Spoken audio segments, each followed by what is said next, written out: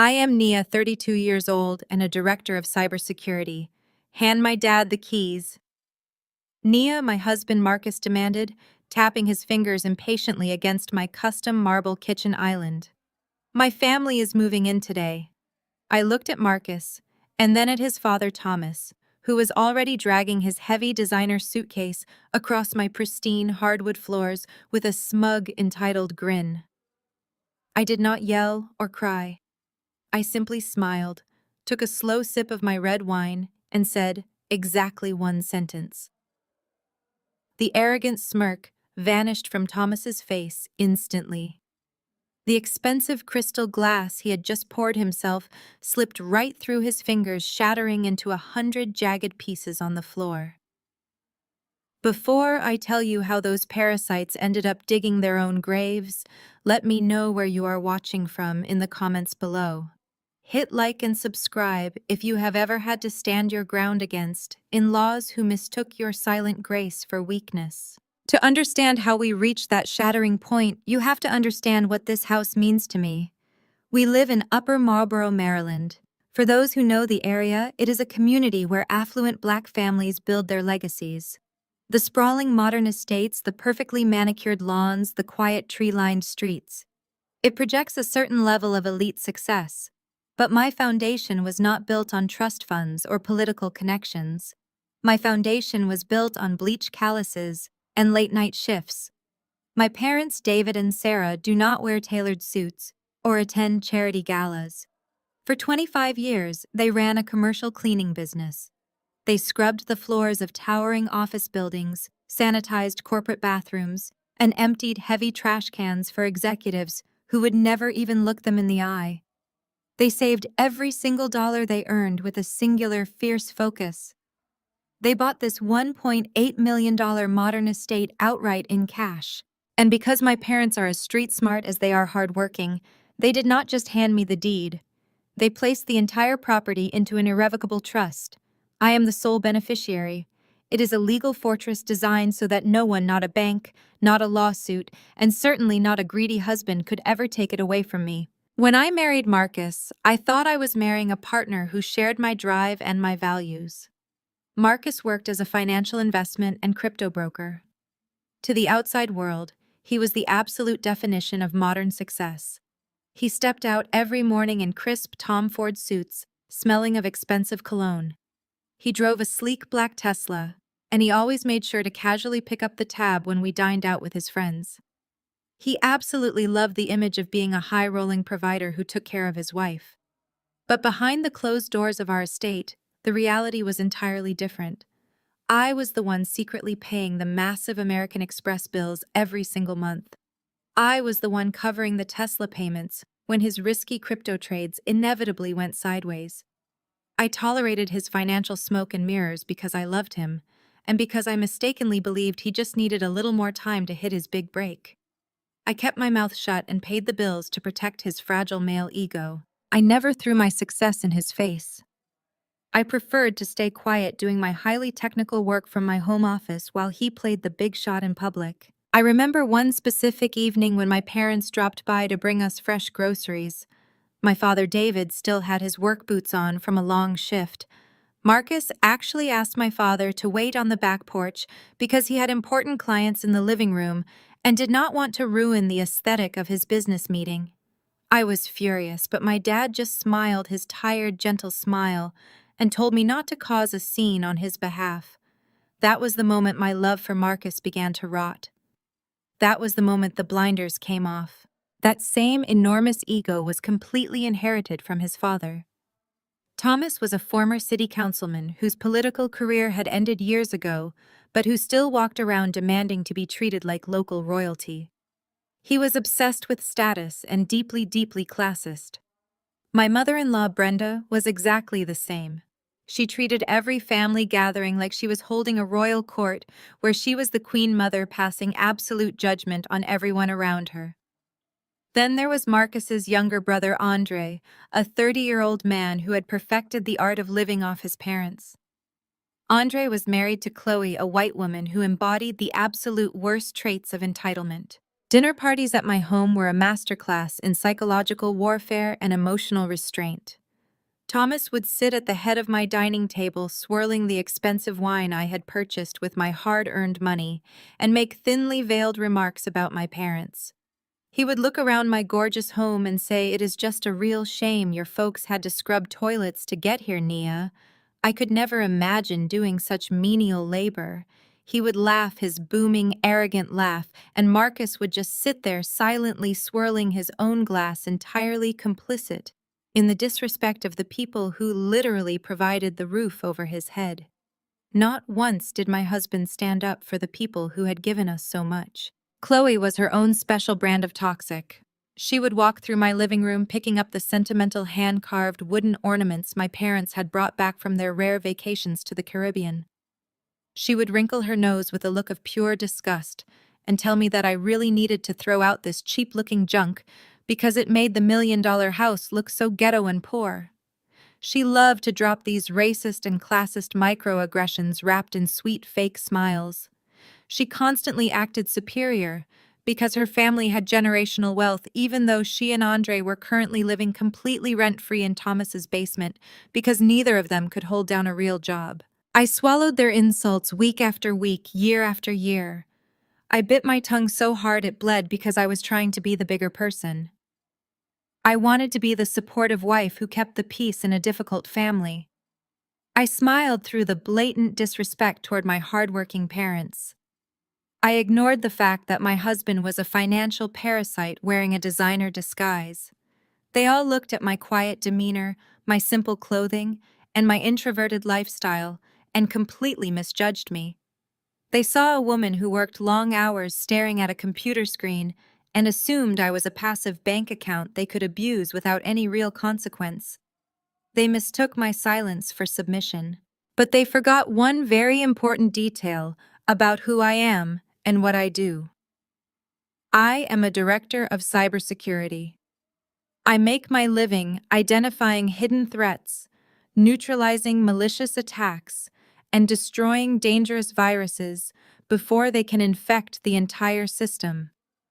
My entire family-in-law was a virus that had slowly infiltrated my life. They thought they had successfully hacked into my world and bypassed all my security measures. They thought they had won. But that day in my kitchen when Marcus confidently demanded I hand over the keys to his pompous father so they could take over the home my parents bled for, they finally triggered the firewall. And the system lockdown I had prepared for them was going to be absolutely merciless. Let us rewind to the very foundation of this entire disaster. My parents, David and Sarah, are not the type of people who end up on the covers of financial magazines. They do not come from generational wealth. They do not have trust funds or Ivy League legacies trailing behind their names. For 25 grueling years, they built their entire life around a commercial cleaning business.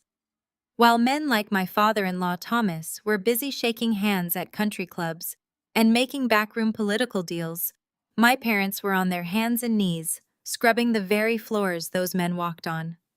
They cleaned high-rise office buildings after midnight. They emptied overflowing trash cans full of discarded memos and half-eaten lunches. They sanitized thousands of corporate bathrooms. I grew up doing my homework in empty boardrooms while the strong, stinging scent of industrial bleach and floor wax burned my nostrils. To my in-laws, that smell meant manual labor and lower-class status. To me, it meant sacrifice. It meant my parents bleeding to secure my future. They saved every single penny with a fierce, uncompromising focus. I watched my father undergo 2 major back surgeries and returned to work a week later because he refused to lose a contract. I watched my mother rub ointment into her swollen, arthritic knees every single morning before putting on her uniform. They did not take luxury vacations to Europe. They did not buy designer clothes or lease expensive cars to impress neighbors they did not even like.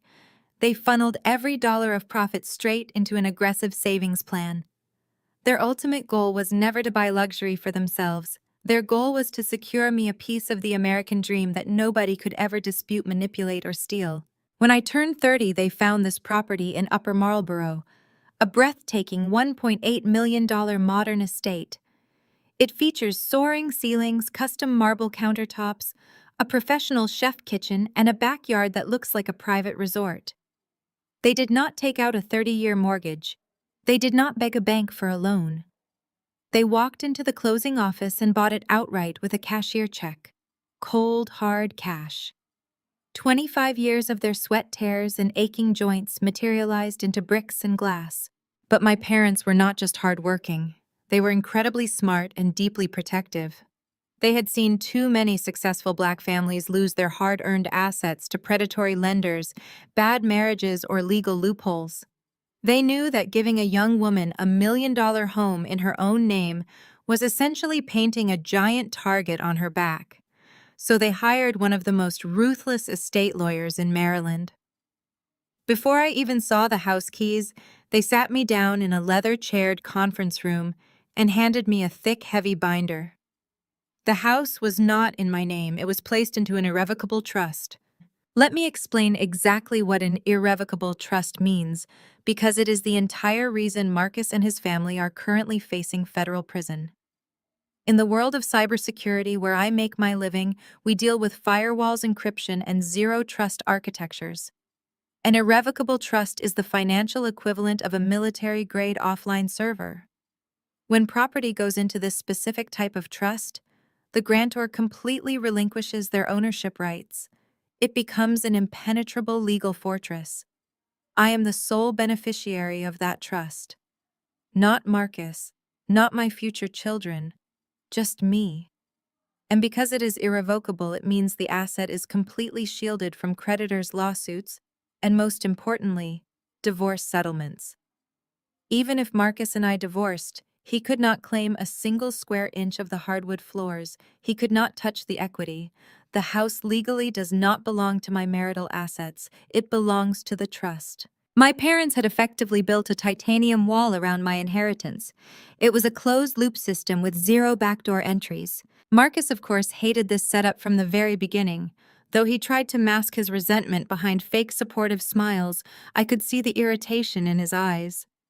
He would often complain late at night that it felt insulting that my parents did not trust him enough to put his name on the deed. He argued that we were a team and that real marriages did not have financial secrets or legal barriers. I always deflected the conversation. I told him it was just my parents being overly cautious and traditional. I never rubbed the financial reality in his face. I paid the heavy property taxes out of my own income. I handled the expensive maintenance. I let him play the king of the castle. I let him invite his friends over and host lavish barbecues on the patio where he would lean against the outdoor kitchen island and act like he had financed the entire lifestyle himself. I let him pretend to be the wealthy provider because I thought protecting his pride was part of being a good wife. The deep, bitter irony was that while Marcus paraded around in his expensive suits pretending to be a self-made financial guru, the entire foundation of his comfortable life was built by the exact type of blue-collar labor he and his family openly despised. He loved the benefits of the estate, but he hated the hands that provided it. Every time my father David came over wearing his faded work boots, Marcus would tense up. He acted as if the mere presence of an honest working man would somehow taint the polished image he was trying to project to his wealthy neighbors. And his family was infinitely worse. When Thomas walked through my grand front doors, he did not see a home built by the absolute dedication of two loving parents. He saw a prize.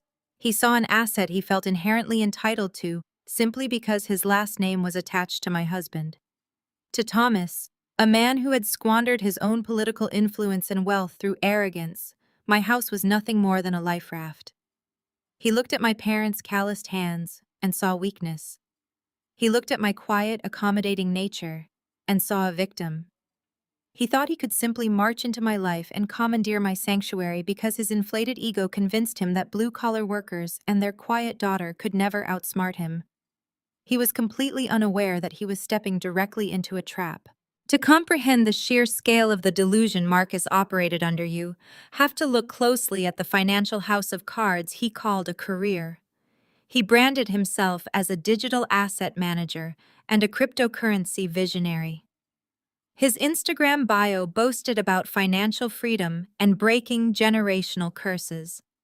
Every morning, he would wake up at 6, put on a crisp designer shirt, and spend hours staring at brightly colored charts on multiple monitors in our guest room.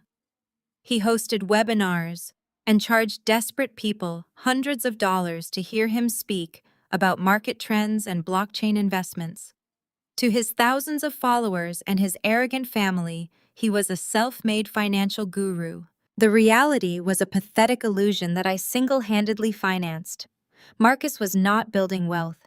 He was gambling on margin and bleeding money at an astonishing rate. When he drove his sleek black Tesla Model S Plaid to the country club to play golf with his brother Andre, he basked in the admiring stares. He never mentioned that the exorbitant monthly lease payment was automatically drafted from a checking account that only my paycheck funded.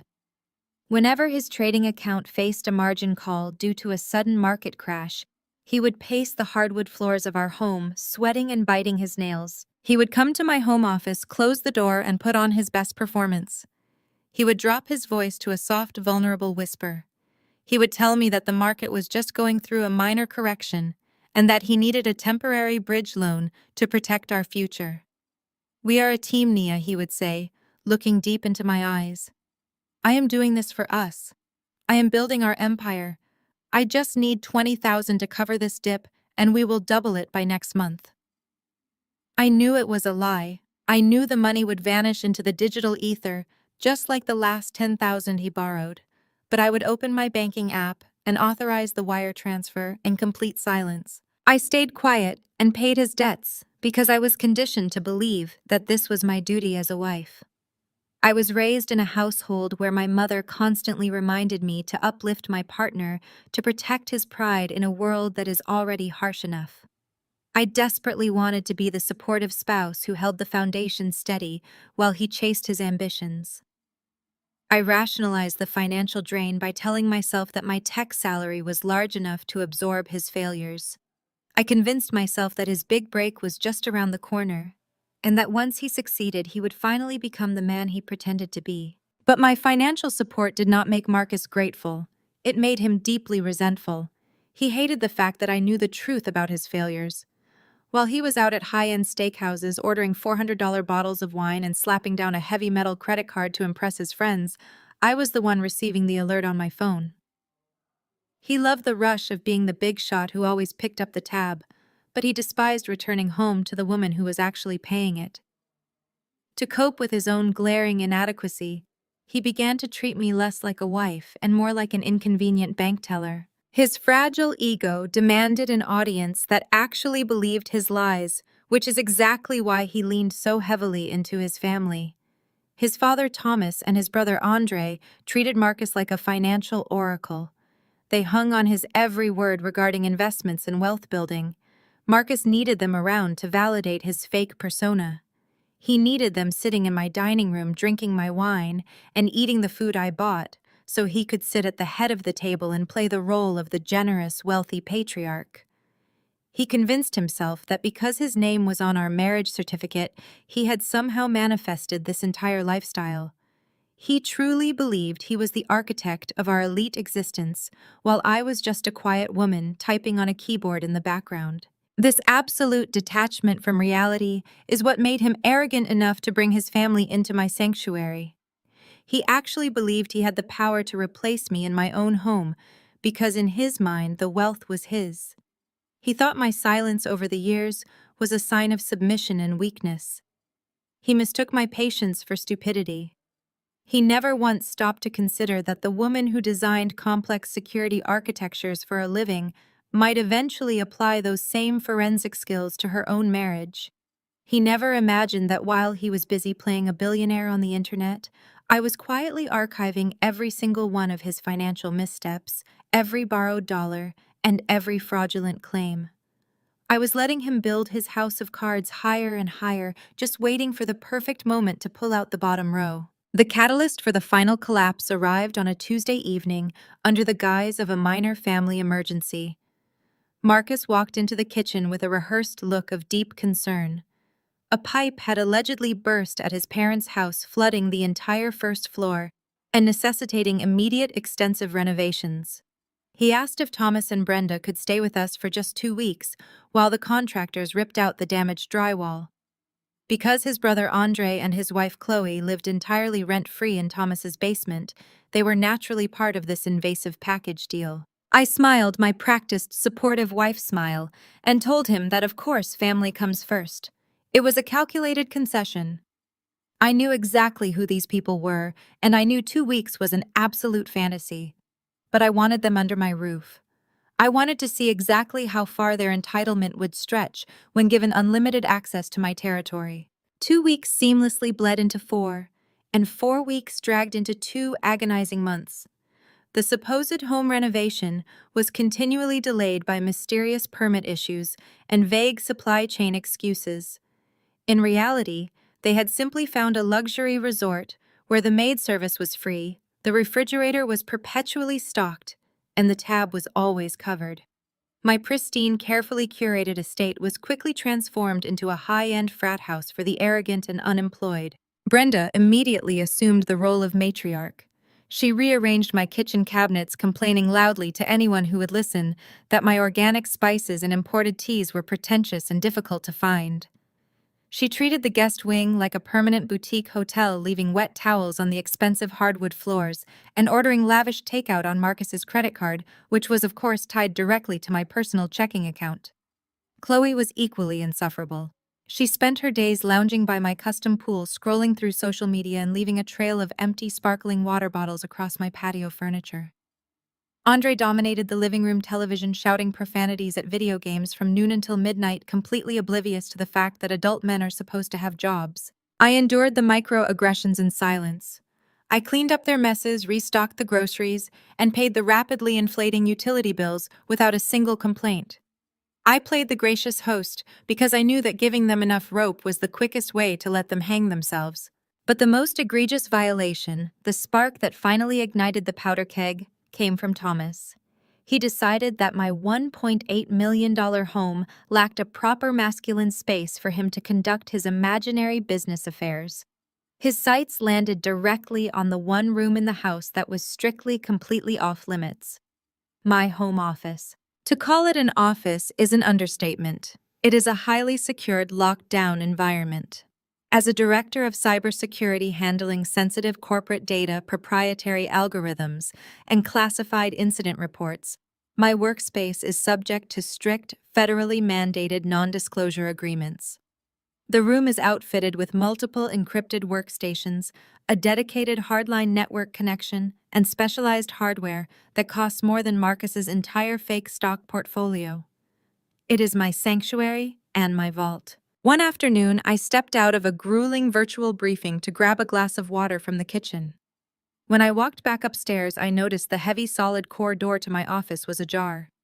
A thick, noxious cloud of cheap cigar smoke hit me before I even crossed the threshold. I walked in to find Thomas sitting in my ergonomic Herman Miller chair. His muddy golf loafers were propped up directly on my immaculate glass desk, inches away from my secure terminals. He was loudly recounting a golf story on his phone, laughing uproariously, while casually flicking gray cigar ash into one of the antique crystal paperweights my mother had given me. I stood in the doorway, my voice dangerously low and completely devoid of emotion. I informed him that he needed to leave the room immediately. I explained clearly and concisely that this space contained highly classified data, that his presence was a direct security violation, and that the heavy cigar smoke was damaging sensitive computing equipment. I told him the office was strictly off limits to everyone, including my husband. Thomas did not apologize. He did not hastily remove his feet from my desk. He simply lowered his phone, looked me up and down with absolute unvarnished contempt, and laughed. It was a thick, arrogant sound that bounced off the walls of my sanctuary. He told me to calm down and stop acting so hysterical over a few spreadsheets. He leaned back in my chair, took a long drag of his cigar, and declared that a man of his stature needed a quiet place to think.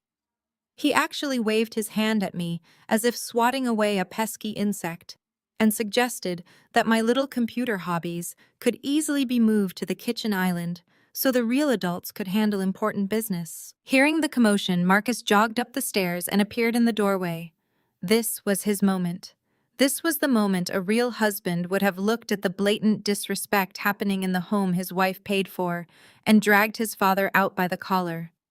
Instead, Marcus looked at the cigar ash on my desk, looked at his father's muddy shoes, and then turned to me. He placed a heavy, calming hand on my shoulder and sighed heavily. He told me to lower my voice and stop disrespecting his father in our home.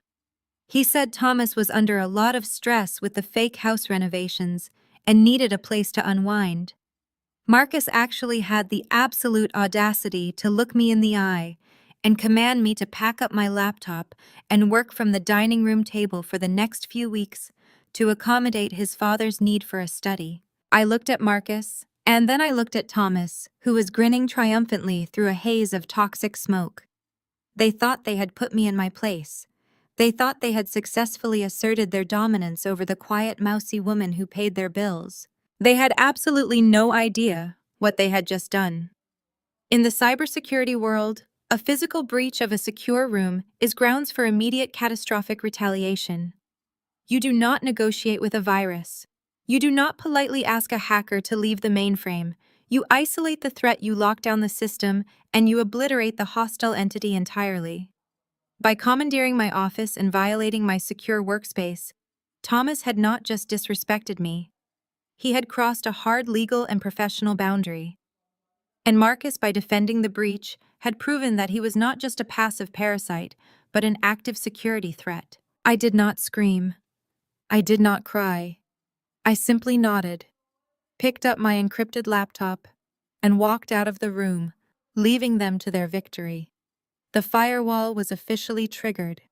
The trap was set, and it was time to execute the ultimate system purge. I sat at the edge of my own custom mahogany dining table with my encrypted laptop open and quietly went to work while the circus continued around me. I did not complain about my exile from my own office. In fact, being in the central hub of the house gave me the perfect vantage point to monitor every single one of their movements. I watched Andre drain bottles of my expensive imported bourbon before noon. I watched Thomas parade around the hallways barking loud orders on his phone to people who no longer respected him. But my focus was entirely on executing my exit strategy. Behind the glow of my screen, I was legally and financially untangling myself from Marcus. I was silently locking down every account, canceling credit cards, and transferring my personal assets into highly secured channels. The entitlement of these people knew absolutely no bounds, but Chloe was determined to push the limits of my patience to an entirely new level. Since she had no job and no responsibilities, she had taken it upon herself to redecorate my living spaces to better suit her refined tastes. I walked into the kitchen one morning to grab a coffee and found the glass display cabinet in the corner completely rearranged. My heart stopped. Missing from the center shelf was a delicate hand-painted ceramic tea set. It was not just any tea set. It was the very first beautiful thing my father had ever been able to afford for my mother. He bought it for her after their first 10 years of running the cleaning business, after 10 years of scrubbing floors and saving every dime. It was their anniversary gift, a symbol of their survival and their unbreakable bond. My mother had passed it down to me on the day I moved into this estate, telling me to always remember where we came from. I found Chloe lounging on a pristine white chaise by the pool, applying a thick layer of expensive tanning oil that I had paid for. I asked her calmly where the tea set was. She did not even bother to sit up or take off her oversized designer sunglasses. She just waved her hand dismissively and sighed with deep annoyance. She told me it was hideous. She claimed it looked like something dragged out of a cheap flea market and that it entirely ruined the modern aesthetic of the million-dollar house. So she had thrown it in the trash. The garbage trucks had already come that morning. It was gone forever. A priceless piece of my parents' history, a testament to their love and sacrifice tossed into a landfill by a vapid woman who had never worked a single honest day in her entire life. I stood there looking at her unbothered, entitled expression. My chest tightened so hard I could barely draw breath. But I did not yell. I did not slap the sunglasses off her face. I just looked at her, smiled a thin, empty smile, and logged another catastrophic breach into my mental ledger. But the final spark, the absolute limit of my endurance, happened a few days later. My parents decided to drop by on a Saturday afternoon. They knew the house was full of Marcus's family, so they had purposely stayed away for weeks to give us space and avoid any uncomfortable tension. But my mother had baked her famous peach cobbler, and my father wanted to check on the exterior landscaping because he took immense pride in the property they had bought for their daughter. They did not call ahead.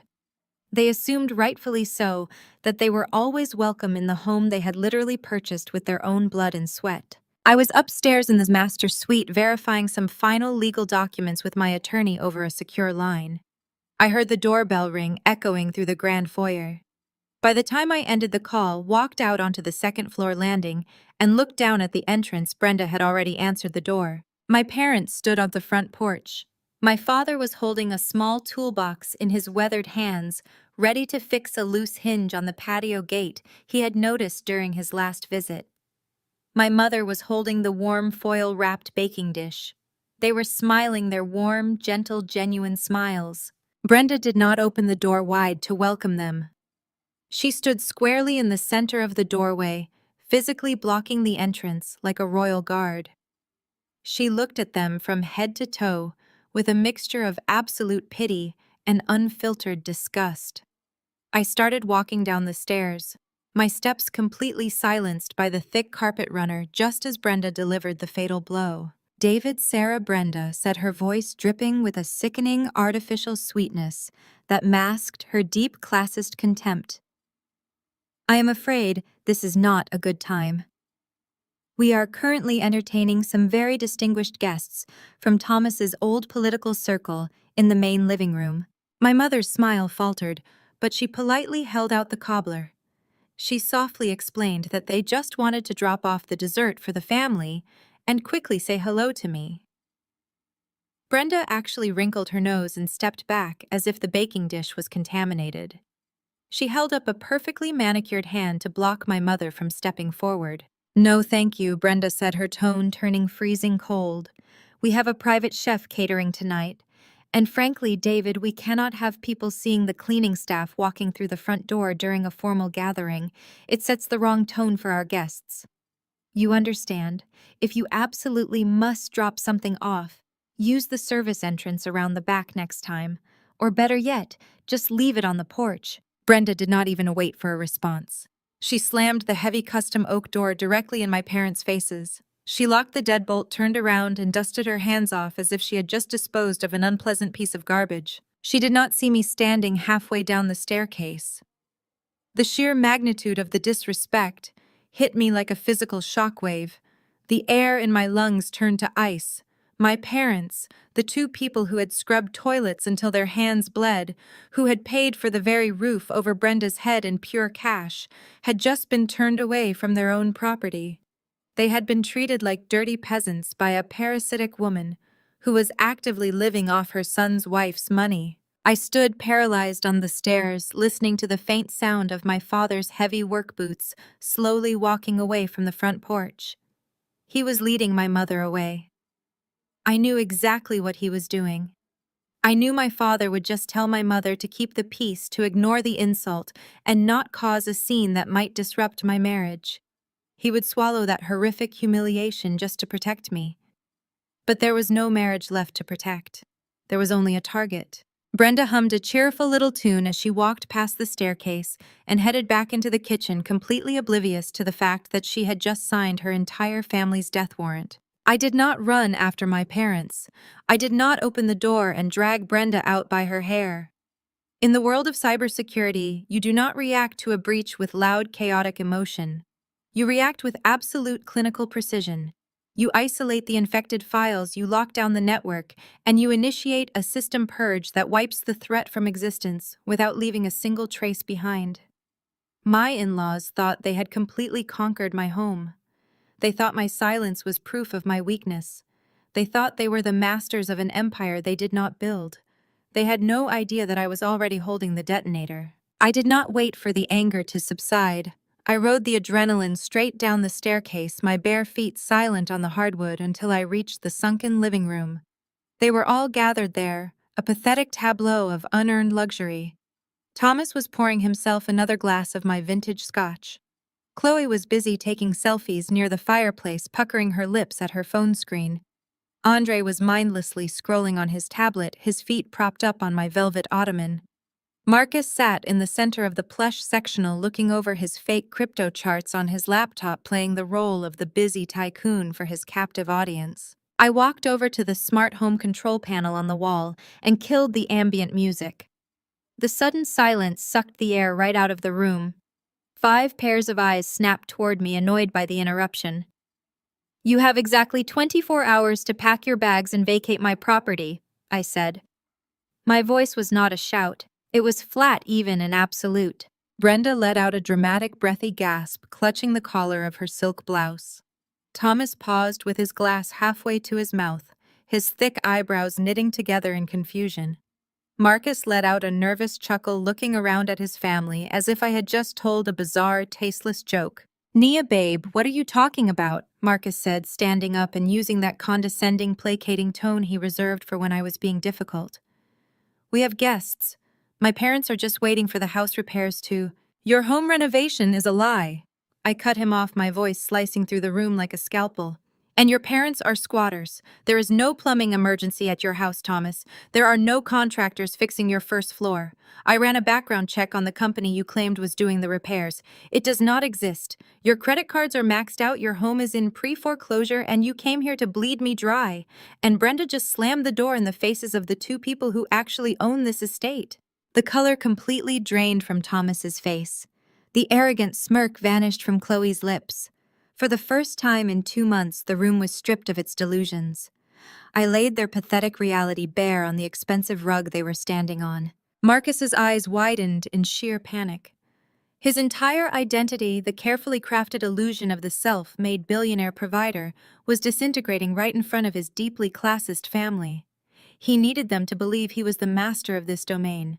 He needed them to think he was the one pulling the strings and writing the checks. "Shut your mouth, Nia!"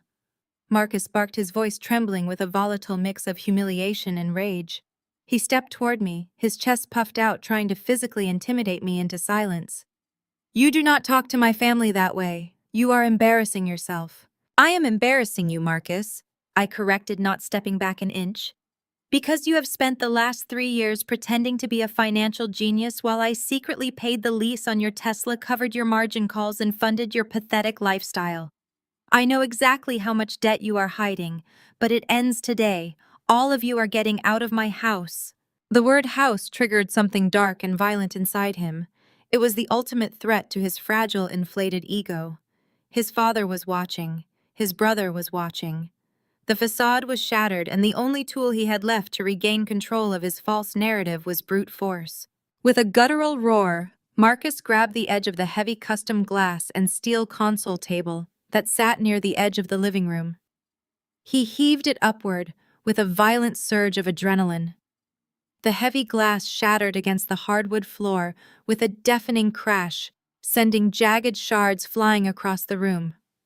Chloe screamed. Brenda jumped back against the wall. Before I could even process the destruction, Marcus closed the distance between us.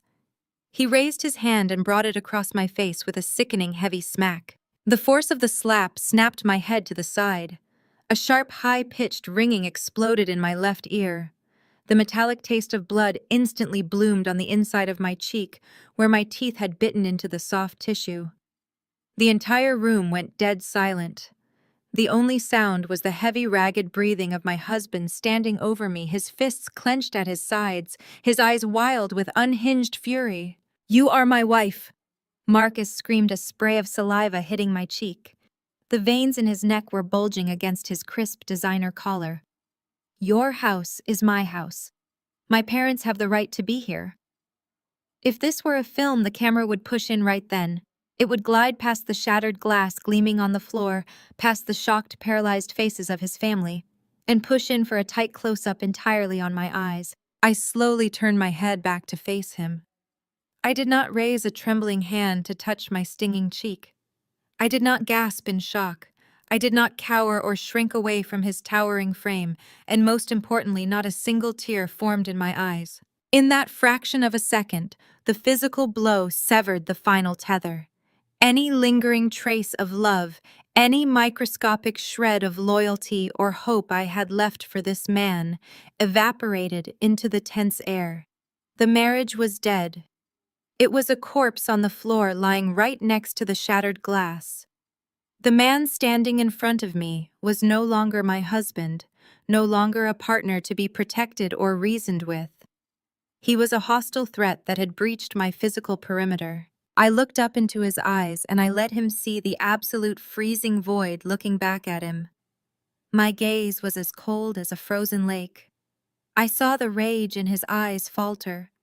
I saw the exact moment a cold spike of fear pierced his adrenaline because my reaction was not what he expected. He wanted me to cry. He wanted me to break down, to fall to pieces and submit to his violent display of authority. Instead, I simply stared at him with the chilling, detached calculation of an apex predator. I did not utter another word. I did not argue. I did not yell at him to leave. I just turned my back on him and walked away. I stepped carefully and deliberately around the broken glass, leaving him standing there in the silent, suffocating tension of the living room.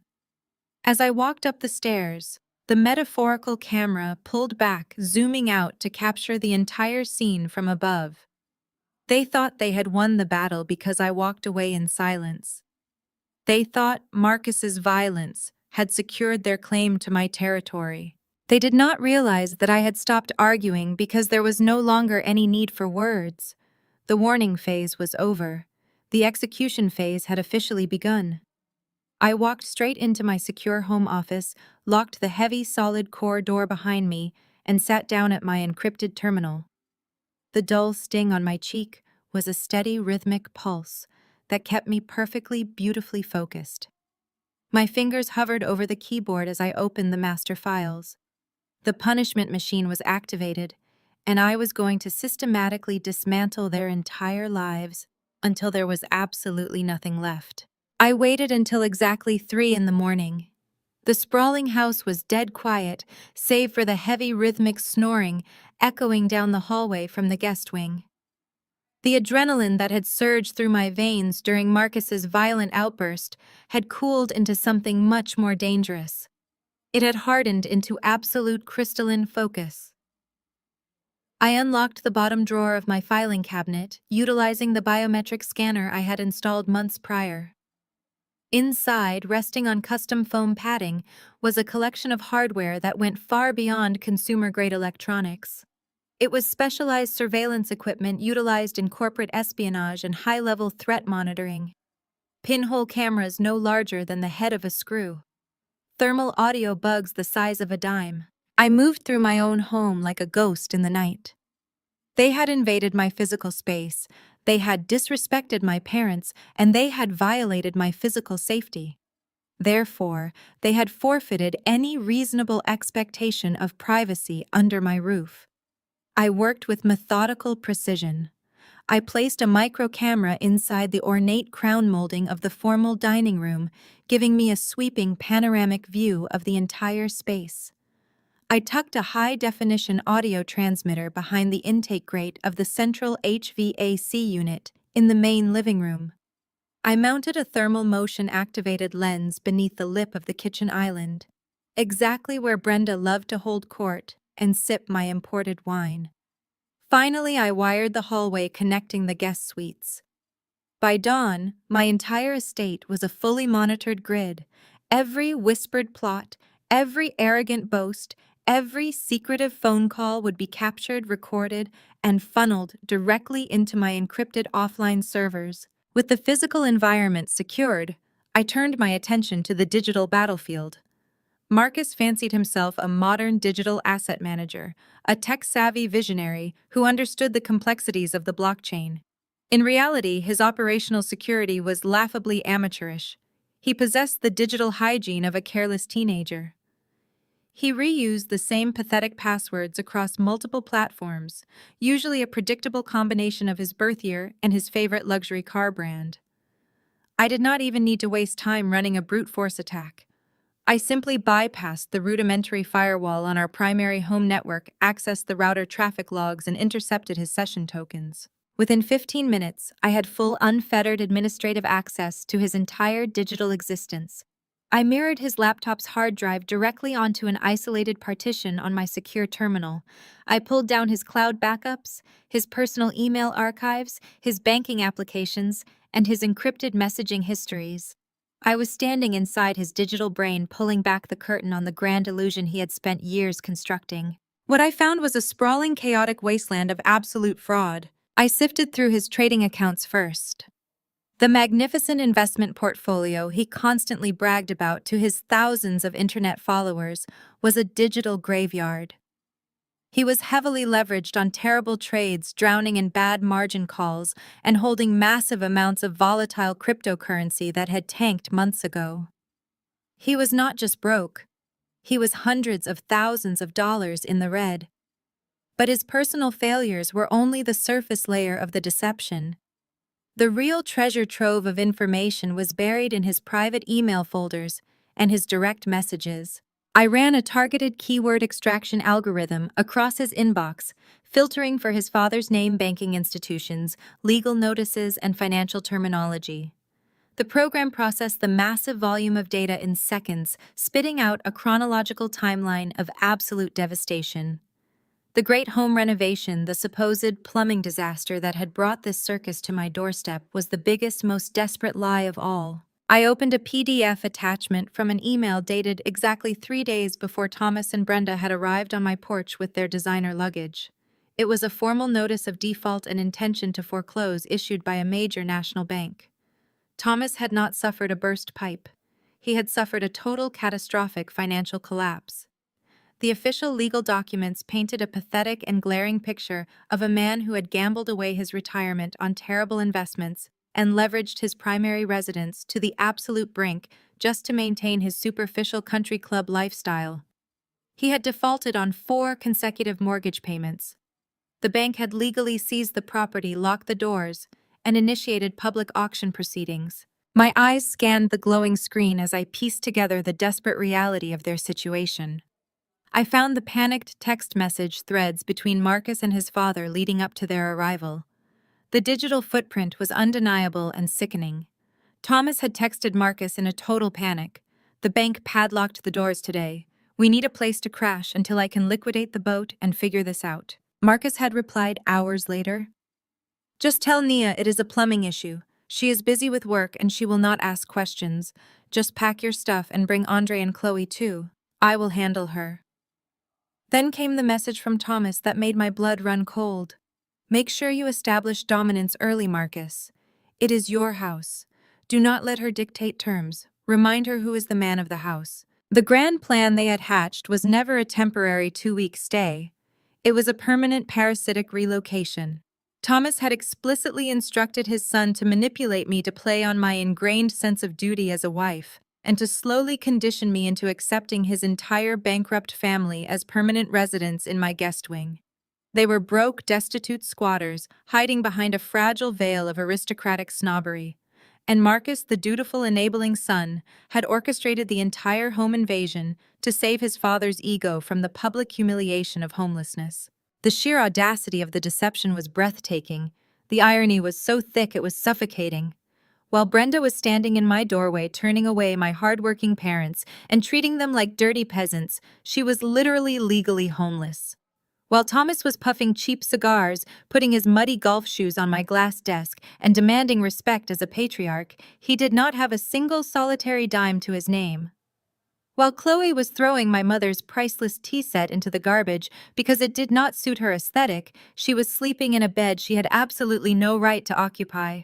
They were entirely dependent on the charity of a woman they openly despised and actively tried to subjugate. I sat back in my ergonomic chair, letting the glow of the monitors wash over my face. The throbbing pain in my cheek from Marcus's hand had completely vanished, replaced by a deep, dark, and profound satisfaction. They thought my silence earlier that evening was a sign of submission. They mistook my retreat for surrender. They believed that violence and intimidation had secured their empire. They had absolutely no comprehension of the invisible digital net that was now pulled tight around their throats. Knowledge is power, but in the cybersecurity realm, asymmetric information is the key to total systemic annihilation. I now held the absolute unvarnished truth backed by legally admissible digital forensics.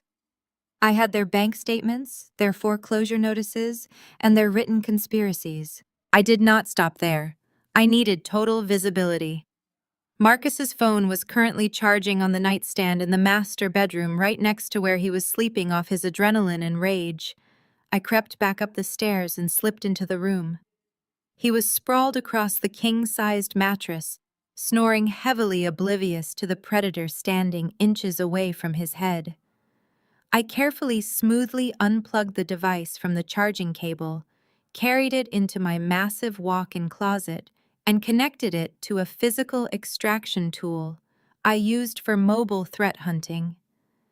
It took less than 4 minutes to pull a complete physical dump of the device memory. Every deleted text message, every hidden photograph, every location tracking log was cloned directly to my drive. I wiped my fingerprints off the glass screen, placed the phone exactly where I had found it, and slipped back out into the hallway. Returning to my office, I began to compile the data. I was no longer a wife dealing with a difficult husband and annoying in-laws. I was a network administrator dealing with a critical malware infection. I began building a comprehensive digital dossier on every single person in the house, categorizing their lies, their debts, and their vulnerabilities. I was preparing the perfect kill shot. I would not strike blindly, and I would not let emotion cloud my execution. I was going to let them continue to act like royalty in my home, letting them dig their graves deeper and deeper, while I quietly rigged the explosives beneath their feet. I did not sleep that night. I sat bathed in the pale blue light of my monitors, peeling back the rotten layers of my husband's secret life. The foreclosure on Thomas's house was merely the appetizer. It explained why they were squatting in my home, but it did not explain the sheer magnitude of Marcus's panic. Men like Marcus do not lash out with unhinged physical violence just because their father is broke. They lash out when they are backed into a corner with no way out. I wanted to know exactly what kind of trap he was in. I ran a deep packet inspection on the encrypted messaging application I had cloned from his phone. He thought using a disappearing message feature on a secure app made him invisible. He did not realize that the physical memory dump I performed bypassed the application layer, entirely pulling the raw, cached text strings directly from the device's storage. I pieced the fragmented conversations back together, and the truth was absolutely chilling. Marcus had not just lost his own money in the cryptocurrency crash. He had borrowed $300,000 from an illicit offshore lending syndicate to chase his losses. These were not legitimate bankers or institutional lenders. The messages I decoded were filled with explicit graphic threats regarding his physical safety. They included surveillance photos of his leased Tesla parked at the country club, pictures of our front gate, and repayment deadlines that had expired weeks ago. He was a dead man walking desperately, trying to maintain the illusion of the wealthy tycoon while violent loan sharks circled our property. But $300,000 did not account for the massive gaping hole in his primary portfolio.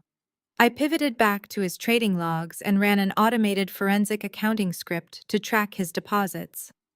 The software flagged a massive anomaly. 6 months ago, exactly when the crypto market had experienced a massive artificial surge before a catastrophic dump, a single wire transfer of $800,000 had materialized in Marcus's exchange account. He had immediately leveraged that massive sum on highly volatile, unregulated altcoins. Within 3 weeks, the entire $800,000 had evaporated into the digital ether. I needed to know exactly where that initial injection of capital came from. I traced the routing numbers back through his deleted email trash bin, reconstructing the digital paper trail piece by piece. The originating account did not belong to a bank, an angel investor, or a venture capital firm. The account belonged to Thomas. It was his father's entire lifetime retirement fund. My fingers flew across the keyboard as the pieces of the puzzle clicked into a horrifying, brilliant masterpiece of betrayal. Why would Thomas, a man who hoarded his wealth and viewed himself as an untouchable financial titan, liquidate his entire life savings and hand it over to his son? Thomas was deeply arrogant, but he was not stupid.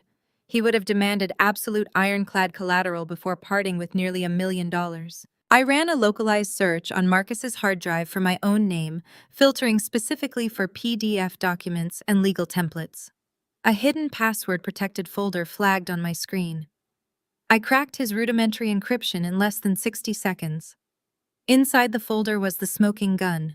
Before I married Marcus, my attorneys had wisely placed this estate and all my major assets into an irrevocable blind trust. Marcus had absolutely no legal claim to this property, and his name was nowhere on the deed. But the documents on his hard drive told a completely different story. I opened a high-resolution scan of a promissory note and a deed of trust. Marcus had drafted a fraudulent legal contract pledging my $1.8 million estate as total collateral for the $800,000 loan from his father. I zoomed in on the signature line. There was my name perfectly forged, complete with a digital notary stamp. I ran the notary license number through a public state database and cross-referenced it with Marcus's digital contact list. It belonged to a disgraced former real estate broker who Marcus occasionally played poker with. They had colluded to fabricate a legally binding document that handed my home over to Thomas in the event that Marcus defaulted on the loan. Marcus had stolen my personal identification, physically scanned my signature from an old tax return, and paid a dirty notary to legitimize the theft. I sat back in my chair, the air catching in my throat as the sheer absolute depravity of the scheme washed over me. Marcus had not just lied to his father. He had robbed him blind. He had convinced Thomas that this house, my sanctuary, was the safety net for his retirement. That was exactly why Thomas was parading around my home like he owned the place. That was why he felt entitled to smoke cigars in my office and put his muddy shoes on my desk. In his mind, he actually did own it. He believed he held the lien on my property. He thought my house was his house because his son had sold him a fraudulent piece of paper to steal his money and gamble it away on digital coins. The tragic poetic irony of the situation was almost suffocating. Thomas had lost his own home to foreclosure because he had liquidated his safety net and given it to Marcus. Marcus had lost his father's money to the market and owed another $300,000 to violent criminals. And now they were all sitting in my living room drinking my top-shelf liquor, disrespecting my parents and treating me like a subservient maid, completely unaware that their entire existence was built on a foundation of federal wire fraud and grand larceny. Marcus had not just destroyed our marriage with a single slap, he had committed multiple federal felonies. He had financially ruined his own parents, and he had tried to use my life's work as the sacrificial lamb to save his own skin. He thought he could abuse me into silence while he secretly dismantled my future. He thought he was the smartest man in the room. I downloaded every single fraudulent document, every threatening text message from the loan sharks, and every piece of financial evidence onto a secure encrypted flash drive. I created triple backups on isolated offshore servers. The trap was no longer just a defensive measure. It was a fully armed weapon of mass destruction. I looked at the time on my monitor. It was 6 a.m. The sun was just beginning to rise over the estate, lighting up the manicured lawns and the custom pool where Chloe would soon be lounging. I closed my laptop, slid the flash drive into my pocket, and walked out of my office. I was ready to burn their entire world to ash. I walked straight to the kitchen to brew a pot of coffee. The house was just beginning to stir. I pulled out my encrypted phone and initiated a secure, peer-to-peer call with Jonathan, my lead attorney for the blind trust. I explained the situation in rapid clinical detail. I bypassed the pleasantries and sent him the encrypted zip file containing the forged deed, the fake notary stamped the bank transfers, and the loan shark threats. Jonathan was a man who rarely showed emotion, but the sheer magnitude of Marcus's stupidity left him speechless for a full 10 seconds. He immediately looped in a contact at the Federal Bureau of Investigation, specifically their white-collar crime and wire fraud division. Federal warrants take time. The United States Attorney's Office does not move at the speed of anger. They move at the speed of absolute bureaucratic certainty. Jonathan gave me a single strict directive. I had to maintain the illusion. I had to keep Marcus and his family completely comfortable and entirely oblivious. If Marcus caught even a hint of suspicion, he might try to flee the jurisdiction or destroy the physical devices linking him to the syndicate. I needed to play the role of the defeated, battered wife until the federal agents were physically standing on my driveway. I walked to the powder room mirror and examined my face. The left side of my jaw was swollen, blooming into a mottled canvas of purple and blue. I applied a thin layer of foundation. Not enough to hide the bruise completely, but enough to show that I was trying to cover it up out of shame. I needed them to see my shame. I needed them to feed on it. Brenda was the first to emerge from the guest wing. She glided into the kitchen wearing a silk robe that cost more than her husband's current net worth. She took one look at me standing by the espresso machine and let out a theatrical sigh of disapproval. She complained about the roast of the coffee beans, claiming it was too bitter for her delicate palate. I did not snap back. I lowered my eyes, apologized softly, and offered to brew a different blend. Brenda paused, her eyes narrowing as she studied my submissive posture and the faint outline of the bruise on my cheek. A sickening smile of triumph spread across her face. She realized her son had put me in my place. Over the next 48 hours, I delivered an Oscar-worthy performance. I became the ghost in my own home. I stripped away every ounce of my usual authority and let them treat me like the hired help. I wanted them to fly as high as possible so the impact of their fall would shatter them completely. Chloe treated the estate like her personal luxury resort.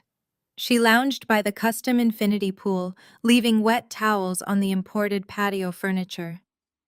She snapped her fingers at me when she wanted a fresh glass of sparkling water. I brought it to her on a silver tray without a single word of protest. She even wandered into my master bathroom and casually borrowed my expensive skincare products. I caught her trying on a diamond tennis bracelet from my jewelry box.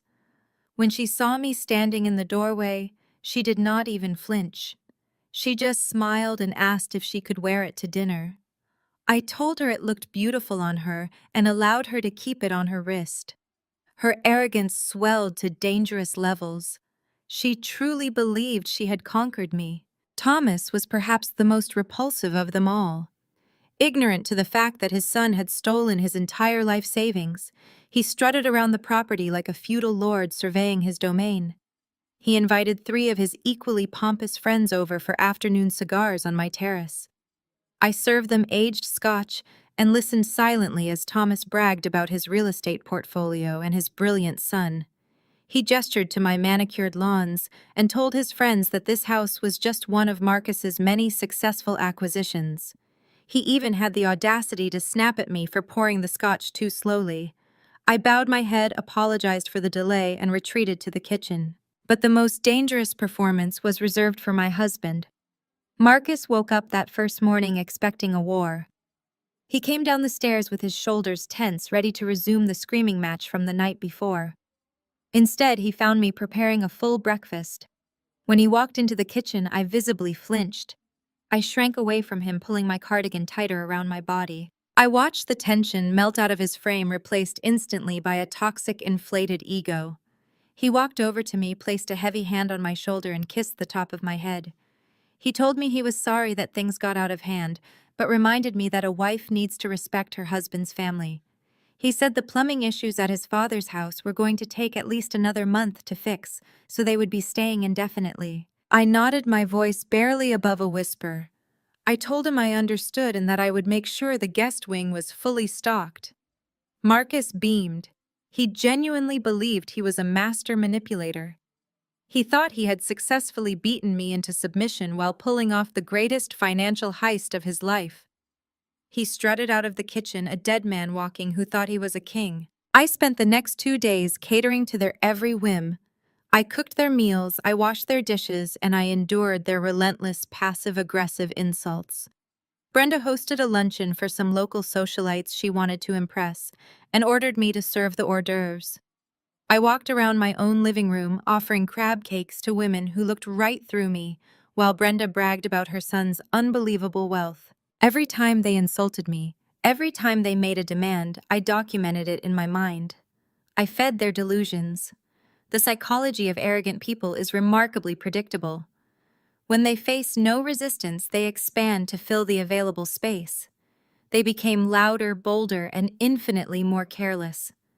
They truly believed they had completely broken my spirit. What they did not know was that while I was serving them tea and washing their clothes, my servers were compiling a mountain of federal evidence. Every time Marcus logged onto my network to check his dwindling crypto accounts, the FBI Cyber Division was tracking his keystrokes. Every time Thomas boasted about his non-existent wealth on my patio, my hidden microphones captured the audio for the impending fraud case. I was not a victim. I was the architect of their destruction, and they were dancing happily into the slaughterhouse. I watched Marcus sit on the couch, scrolling through his phone, blissfully unaware that a federal prosecutor was currently drafting a multi-count indictment with his name on it.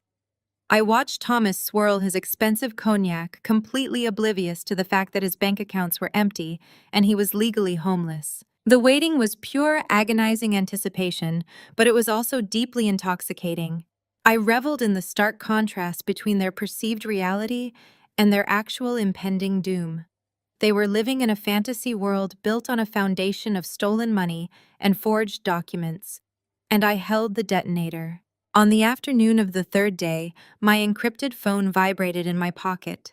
I was in the kitchen slicing fresh fruit for Brenda, who was complaining about the lack of healthy snack options in the house. I set down the knife, wiped my hands on a towel, and pulled the device from my pocket. It was a single text message from Jonathan. The warrants are signed. The marshals are mobilizing. ETA is 20 minutes. I stared at the screen and a cold smile finally broke across my face. The performance was over. The curtain was coming down. I locked the phone and slid it back into my pocket. I picked up the silver tray of sliced fruit and walked out into the living room where my husband and his family were gathered. They were laughing loudly at a joke Thomas had just told. They looked so comfortable, so entirely convinced of their own superiority. They had flown too close to the sun. It was time to watch them burn. I set the silver tray of sliced fruit on the center of the massive marble island.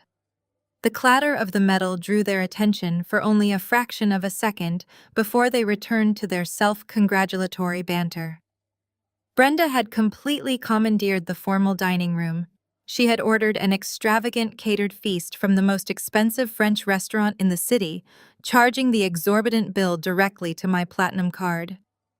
I had received the fraud alert on my encrypted device earlier that afternoon, and I had explicitly authorized the transaction. I wanted them to feast. I wanted their final meal as free citizens to be as decadent and arrogant as possible. The long mahogany table was set with my fine china and the vintage crystal glasses I had inherited from my grandmother. Thomas sat at the head of the table, the position traditionally reserved for the master of the house, holding court like a king. Marcus sat at the opposite end, mirroring his father's insufferable posture. Chloe and Andre occupied the sides, already picking at the artisan bread and complaining about the temperature of the butter. The heavy brass knocker on the front door echoed through the grand foyer, cutting through the sound of their laughter. Brenda let out an annoyed huff. She waved a hand in my direction without even bothering to look at me. "Go get the door, Naya. It is probably the caterers arriving with the main courses. Tell them to use the service entrance around the back. We cannot have them tracking dirt across the marble." I kept my head bowed, my expression completely blank. I turned and walked slowly toward the foyer. The digital clock on the security panel read exactly 15 minutes until the federal marshals were scheduled to breach the perimeter. My heart was a steady metronome against my ribs. I opened the heavy double doors. David and Sarah stood on the porch. My parents.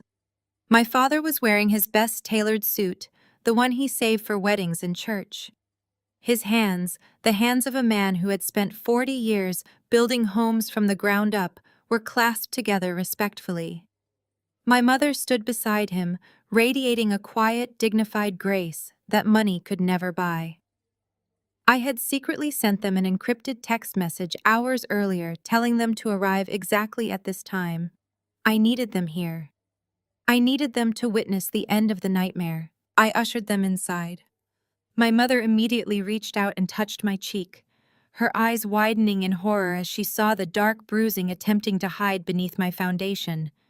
She opened her mouth to speak, but I quickly, gently placed a finger over her lips. I gave her a look that communicated everything she needed to know. I was safe, and I was in control. I led them down the wide hallway and stepped into the formal dining room. The transition was instantaneous. The raucous laughter died in their throats. Thomas paused with his crystal glass hovering inches from his mouth. Marcus's spine snapped completely straight, his face draining of color as he looked from me to my parents. Brenda's expression contorted into a mask of pure, unfiltered revulsion. She looked at my mother and father as if they had just tracked mud across a pristine white carpet. "What is the meaning of this?" Marcus hissed, his voice vibrating with barely contained rage. He stood up, gripping the edge of the mahogany table. "Why are they here?" I kept my posture submissive, my voice trembling just enough to sell the performance. "I invited them. Marcus, you said we were celebrating the new estate tonight. I thought it would be nice to have my parents here to celebrate with us." Brenda slammed her linen napkin down onto the table. "This is absolutely unacceptable. This was supposed to be a private family celebration. A celebration of Marcus's accomplishments and our new home. We do not have the capacity to entertain unexpected guests." My father stepped forward, his broad shoulders squared. His presence alone dwarfed the fragile manufactured masculinity of the men sitting at the table. "We do not need to be entertained, Brenda. We are simply here to see our daughter and share a meal." "There must be some kind of profound misunderstanding," Brenda sneered, looking down her nose at my father. "The table is perfectly set for 6. There are no extra place settings. There are no extra chairs. We are not going to ruin the aesthetic of the evening by dragging in folding chairs from the patio like some kind of backyard barbecue." Chloe leaned back in her plush dining chair, crossing her arms and studying her freshly manicured nails. She let out a sharp, condescending laugh that pierced the tense air of the room. "You have to understand," she said, her voice dripping with artificial sweetness. "This house belongs to the elite now. It is a completely different caliber of society. We are dealing in high finance and luxury assets. Manual laborers like you probably are not used to sitting at this kind of table anyway. We really would not want you to feel out of place. It is better if you just leave." The sheer audacity of her statement hung in the air, a toxic cloud of delusion. My father, a man who had worked 12-hour shifts to ensure I graduated college debt-free, looked at the young woman who had not worked a single day in her life. He did not yell. He did not lose his temper. He simply looked at her with profound pity. My mother placed a gentle hand on his arm, a silent gesture of solidarity. Marcus stepped out from behind his chair, his chest puffed out, attempting to assert his dominance in front of his father. "Nia, tell your parents to leave. Right now. You are embarrassing yourself, and you are disrespecting my family. This is my house, and I say who sits at this table." I looked at the digital clock on the wall. 10 minutes. I let my eyes well up with manufactured tears. I looked at Marcus, shrinking back slightly. "But Marcus, there is plenty of food. And this is my home too. Cannot they just stay for a little while?" Thomas let out a loud, booming laugh. He picked up his glass of scotch and pointed it at my father. "You see, David, this is the problem with your generation. You do not understand how wealth works. My son has built an empire.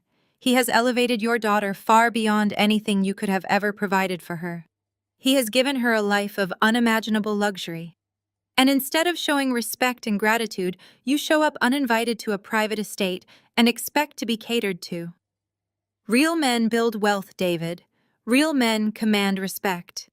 You should take a lesson from my son." The irony was so agonizingly thick I could practically taste it. The bankrupt squatter whose home had just been seized by the bank was lecturing a debt-free retired contractor on the mechanics of building wealth. The man whose son was currently $300,000 in debt to violent loan sharks was bragging about an empire. They were entirely blind to their own impending destruction. I kept my head down, absorbing every single insult. I wanted them to put it all on the record. I wanted my parents to hear exactly what these people thought of them. I watched as Brenda poured herself another glass of my imported wine, completely ignoring my parents standing in the doorway. She turned to Marcus and smiled. "Do not let this ruin the evening, darling. You have worked so hard to secure this property for us. We are so proud of the man of the house." My father looked at me, his eyes filled with a mixture of anger and deep concern. He took a step toward me, ready to grab my hand and pull me out of that house. He was ready to protect me. I caught his eye and gave him a single sharp nod. I mouthed the word, "Wait." He stopped, recognizing the cold calculation in my gaze. He knew me better than anyone. He knew I was not a victim. He realized in that fraction of a second that he was watching a performance. Marcus slammed his fist down on the table, rattling the crystal glasses. "I said get them out, Nia. If you do not escort them to the door right now, I will have them removed for trespassing. This is the last warning you are going to get. Do not test me tonight." He took a step toward me, raising his hand slightly, a subtle reminder of the violence he had inflicted the night before. He wanted to intimidate me in front of my father. He wanted to prove his absolute control over my life and my property. I stood my ground. I did not flinch.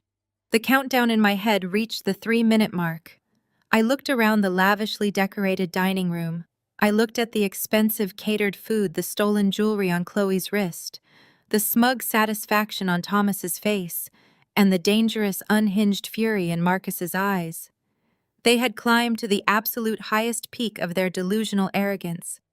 They had built a throne out of lies, fraud, and sheer entitlement. I slowly reached into the pocket of my cardigan and pulled out my phone. I silenced the ringer and placed it face down on the marble island. "I am not going to ask them to leave, Marcus," I said. My voice was no longer trembling. The manufactured tears were gone. The submissive posture evaporated, completely replaced by a posture of absolute, unyielding authority. The sudden shift in my demeanor caused a ripple of confusion around the table. Marcus froze, his hand still raised. "What did you just say to me?" "I said they are not leaving," I repeated, enunciating every single syllable with razor-sharp precision. "Because in exactly 2 minutes, this entire house is going to be swarming with federal agents, and I want my parents here to watch them drag you out in handcuffs." The room fell into a suffocating dead silence for exactly 3 seconds. The sheer audacity of my statement seemed to short-circuit their collective comprehension. Then Marcus let out a sharp, barking laugh. It was a brittle, nervous sound, but it was enough to break the tension for his family. Thomas joined in with a deep, booming chuckle that rattled in his chest. Brenda rolled her eyes, picking up her wineglass and muttering something under her breath about my pathetic mental instability. They genuinely believed I was having a psychotic break. Marcus shook his head, walking toward me with a look of pure, unadulterated pity. "Federal agents. Are you listening to yourself, Nia? You have officially lost your mind. You are embarrassing yourself in front of our guests." Thomas stood up, scraping his heavy wooden chair back across the marble floor. He lifted his crystal glass of vintage scotch high into the air, ignoring my threat completely. He addressed his friends and his family as if I were merely a buzzing insect that had temporarily interrupted his royal banquet. To Marcus, Thomas bellowed, his face flushed with alcohol and unearned victory, and to this magnificent new estate, a proper home for a proper lineage. It takes a brilliant mind to secure a legacy like this, and I am proud to say my son possesses the ruthless instinct required to conquer this world. To the new master of the house, Brenda clinked her glass against his, her eyes gleaming with toxic pride. Chloe giggled, raising her sparkling water and whispering a sarcastic remark to Andre. Marcus turned his back on me, strode out into the grand foyer, and returned a moment later, dragging a cheap, scuffed suitcase he had pulled from the hall closet. He swung his arm and threw it violently across the polished hardwood floor. The hard plastic wheels screeched against the wood before the suitcase slammed heavily into the toe of my shoe. "Nia, pack your bags and leave," Marcus ordered. His voice was cold, devoid of any of the fake affection he had weaponized earlier in the kitchen. "The charade is over. You do not dictate terms here anymore. This house no longer belongs to you. I have already processed the paperwork and legally transferred the ownership of this property to my father to settle our accounts. Give him the keys immediately." My mother gasped, slightly stepping forward, but my father put a firm, heavy hand on her shoulder. He locked eyes with me, waiting. He trusted me implicitly. "You transferred the ownership," I repeated, my tone dangerously calm, "to settle your accounts." "That is right," Thomas said, taking a smug, victorious sip of his scotch. "A perfectly legal transaction between a father and his brilliant son. You are just a placeholder, Nia. A temporary custodian until we were ready to take formal possession of the asset. Now do as my son says. Hand over the keys, take your parents, and get off my property before I have you thrown out for trespassing." I looked at Marcus, tilting my head slightly. I did not shrink back. I stepped over the empty suitcase and closed the distance between us. "A perfectly legal transaction," I said, projecting my voice so every single person in the dining room could hear me clearly. "Is that what you call forging my signature with a revoked digital notary stamp from your poker buddy, Greg Higgins?" The smirk instantly vanished from Marcus's face. It was as if someone had physically struck him. The color completely drained from his cheeks, leaving him a sickly ashen gray. The specific mention of the dirty notary's name was a precision missile strike, and it hit dead center. "What did you just say?" he whispered, his voice suddenly hollow and thin. "I said I know exactly what you did." I continued, taking another step forward, backing him toward the table. "I know exactly how you fabricated a promissory note and a deed of trust. I know you used my house, my physical property, to secure an $800,000 loan from your father. A loan you immediately blew on fraudulent cryptocurrency altcoins 6 months ago." Thomas's hand froze, holding his glass midway to his mouth. The triumphant glow on his face curdled into instant confusion. He turned slowly toward his son, his eyes narrowing into dark slits. "Marcus, what is she talking about?" "She is lying," Marcus shouted, but the sheer panic in his voice betrayed him completely. Sweat beaded on his forehead, shining under the crystal chandelier. "She is just making things up because she is angry. She is crazy." "Am I?" I asked smoothly, never breaking eye contact with my husband. "Should we talk about the $300,000 you owe to the offshore lending syndicate, the one sending you surveillance pictures of our front gate? Or should we talk about the formal notice of default your father received 3 days ago because his own house is in active foreclosure?" Now it was Thomas's turn to look like he had seen a ghost. The silence in the dining room was no longer arrogant or mocking. It was absolute, suffocating terror. The wealthy friends Thomas had invited over shifted uncomfortably in their seats, suddenly realizing they were sitting in the middle of a massive criminal conspiracy. Brenda dropped her linen napkin, her hands trembling violently. "Thomas, foreclosure. What does she mean?" "You liquidated your entire retirement fund to give to your son," I said, pivoting to address Thomas directly. "You gave him every last dime because he promised you this estate as collateral, but he never had the right to pledge it. This house is held in an irrevocable blind trust. The paperwork you hold, the deed you think makes you the master of this house, is entirely worthless. You gave him your life savings for a piece of forged garbage. You are broke, Thomas. You are completely and utterly destitute." Marcus Thomas roared, his face turning a dangerous shade of purple. He dropped his glass. It shattered against the floor, sending amber liquid and sharp crystal flying across the expensive rug. "Tell me she is lying. Tell me you did not lose my money." Marcus could not speak. His jaw worked frantically, but no sound came out. He looked like a cornered rat, his wild eyes darting toward the front door, then toward the back patio, looking for any possible avenue of escape. The grand illusion he had spent years meticulously constructing had shattered into a million jagged pieces, and the reality was crushing the breath out of him. "She is not lying," my father said, his deep, steady voice cutting through the rising panic in the room. "My daughter does not bluff." Chloe shrank back into her plush dining chair, her face pale and terrified. The diamond tennis bracelet she had borrowed from my closet suddenly looked very heavy on her wrist. The catered French food sat untouched and cooling on the fine china. The elite society they thought they had ascended to had evaporated in an instant, revealing the criminal wasteland they actually inhabited. They were not royalty. They were desperate broke frauds. "Give me the keys," Nia Marcus demanded, his voice cracking with desperation. It was a pathetic, flailing attempt to regain control of a situation that had already completely destroyed him. He took a step toward me, his hands balled into tight fists. "I am not playing games. Give me the keys right now." "You do not need keys where you are going," I replied, my voice dropping to a freezing whisper. Before Marcus could take another step or utter another threat, a sound pierced the heavy, toxic atmosphere of the house. It was not a polite knock. It was the heavy, synchronized thud of tactical boots marching up the front stone steps, followed immediately by a loud, authoritative pounding on the solid oak double doors that shook the very walls of the grand foyer. A fraction of a second later, intense flashing red and blue lights violently pierced through the sheer curtains of the front windows, illuminating the dining room in a chaotic strobing pattern. The heavy front doors rattled under the force of a battering ram, and a voice boomed through a megaphone carrying the absolute weight of the federal government. "FBI, open the door.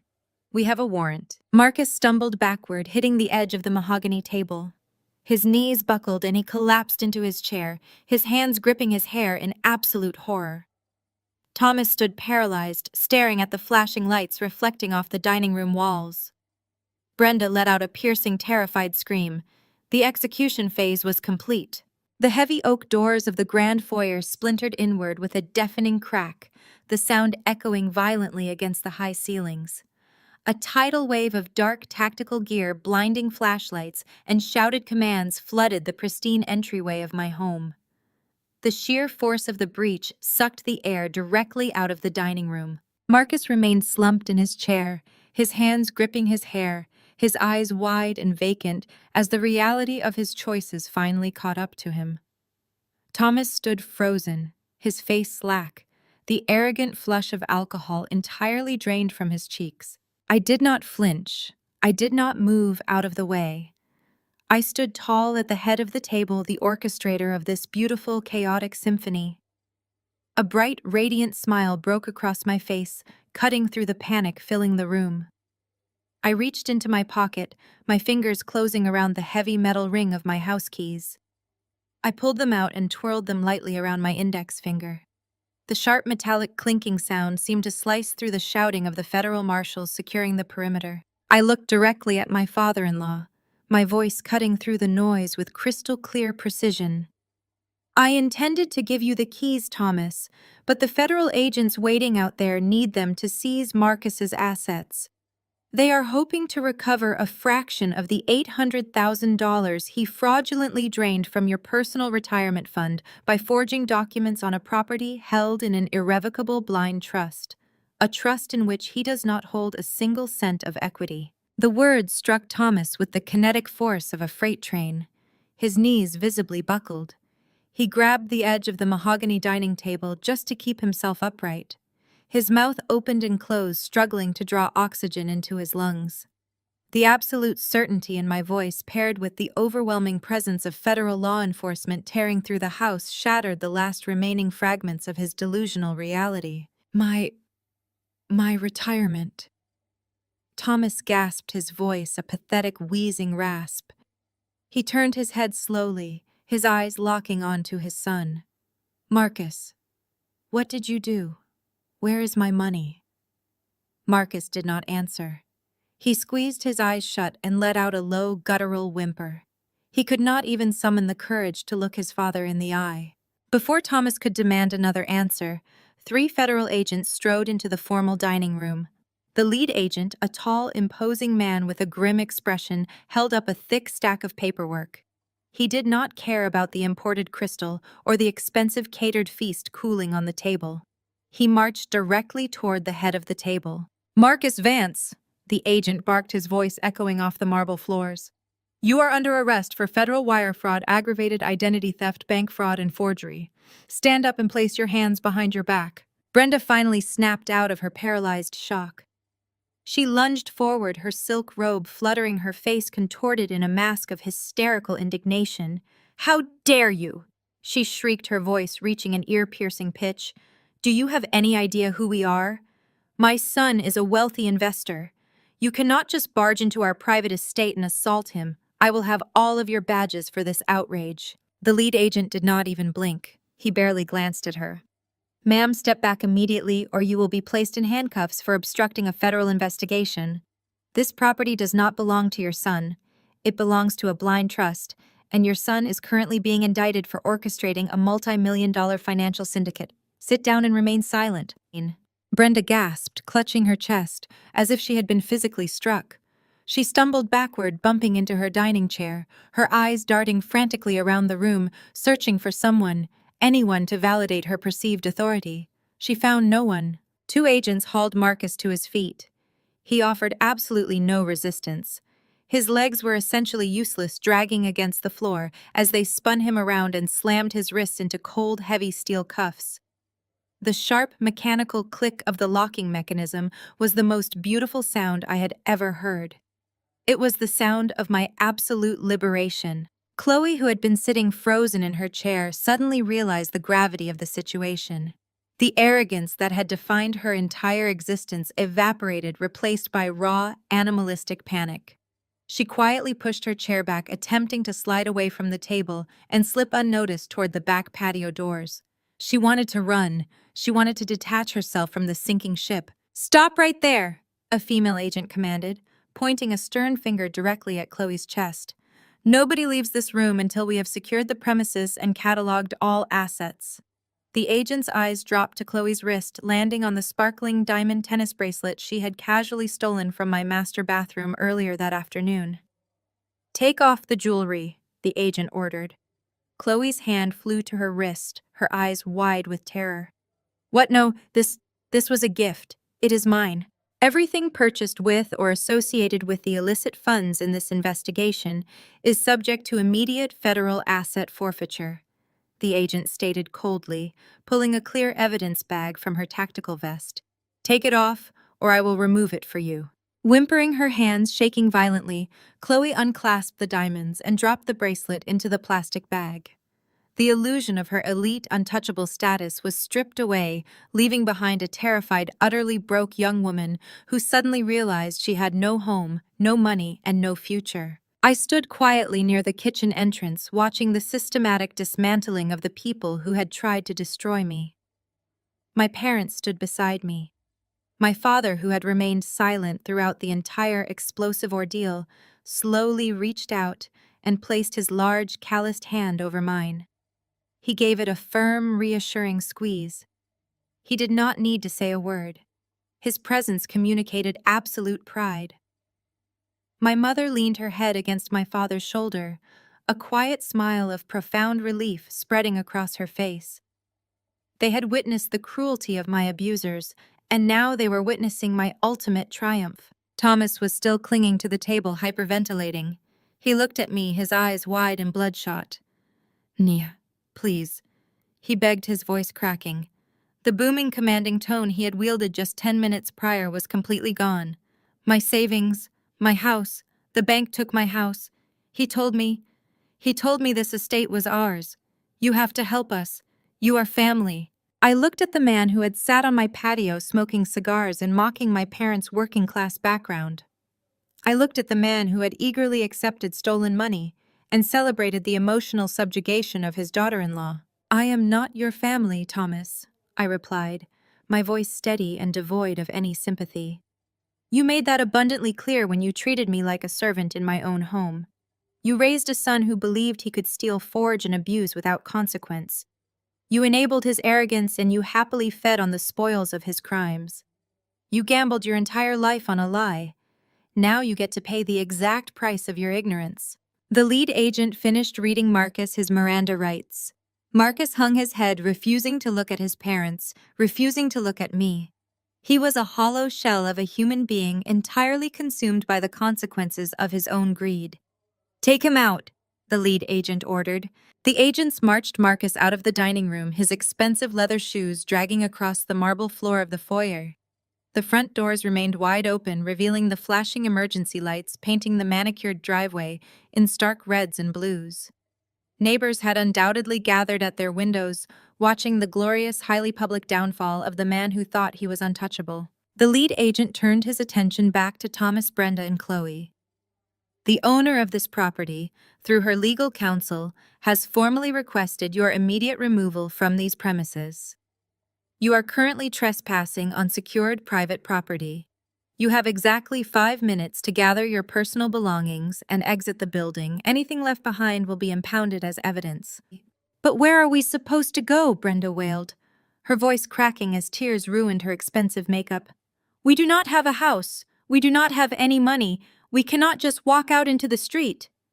"That is not a federal concern, ma'am," the agent replied coldly. "I suggest you take your son's advice." He gestured toward the empty, scuffed suitcase Marcus had thrown across the floor just moments earlier. "Pack your bags and try Uber." The poetic justice of the moment was almost too perfect to articulate. I watched as the three of them, stripped of their pride, their wealth, and their delusions, scrambled frantically toward the guest wing. They shoved whatever clothes they could carry into cheap duffel bags, sobbing and bickering amongst themselves as the reality of their homelessness set in. 10 minutes later, they were escorted out the front door by armed federal agents. They walked down the long, sweeping driveway, dragging their luggage behind them, shivering in the cool night air. There were no luxury cars waiting for them. There was no elite society ready to catch them. There was only the cold, hard pavement and the crushing weight of absolute ruin. The federal agents lingered for another hour, sweeping the house for Marcus's electronic devices, hard drives, and physical documents. Jonathan, my attorney, had coordinated perfectly with the authorities to ensure my personal property remained untouched and secure. When the last federal vehicle finally pulled out of my driveway, the heavy oak doors were pulled shut and the deadbolt slid into place with a satisfying, heavy click. The house fell into a deep, beautiful silence. The toxic energy that had suffocated the rooms for the past 3 days was completely gone, vacuumed out into the night. I stood in the center of the grand foyer, breathing in the clean, quiet air. My mother walked over and wrapped her arms tightly around me, holding me close. My father joined the embrace, his strong arms surrounding us both. I closed my eyes, letting the last remnants of adrenaline slowly fade from my bloodstream. The bruises on my face would heal. The memory of their cruelty would eventually fade. But the absolute certainty of my own strength, the knowledge that I had orchestrated the perfect, flawless destruction of the people who tried to break me, would remain forever. I had not just survived the fire. I had controlled the flames, and I had watched them burn. The estate was quiet. The war was over. I had won. The revelation hung in the air with the suffocating weight of a death sentence. Thomas stared at me, his eyes wide and unblinking. The color drained from his face at an alarming speed, leaving his skin a sickly, translucent gray. The arrogant posture he had maintained for decades crumbled in a matter of seconds. He clutched his chest, his breathing turning into sharp, shallow gasps as the horrifying truth finally breached his fortified ego.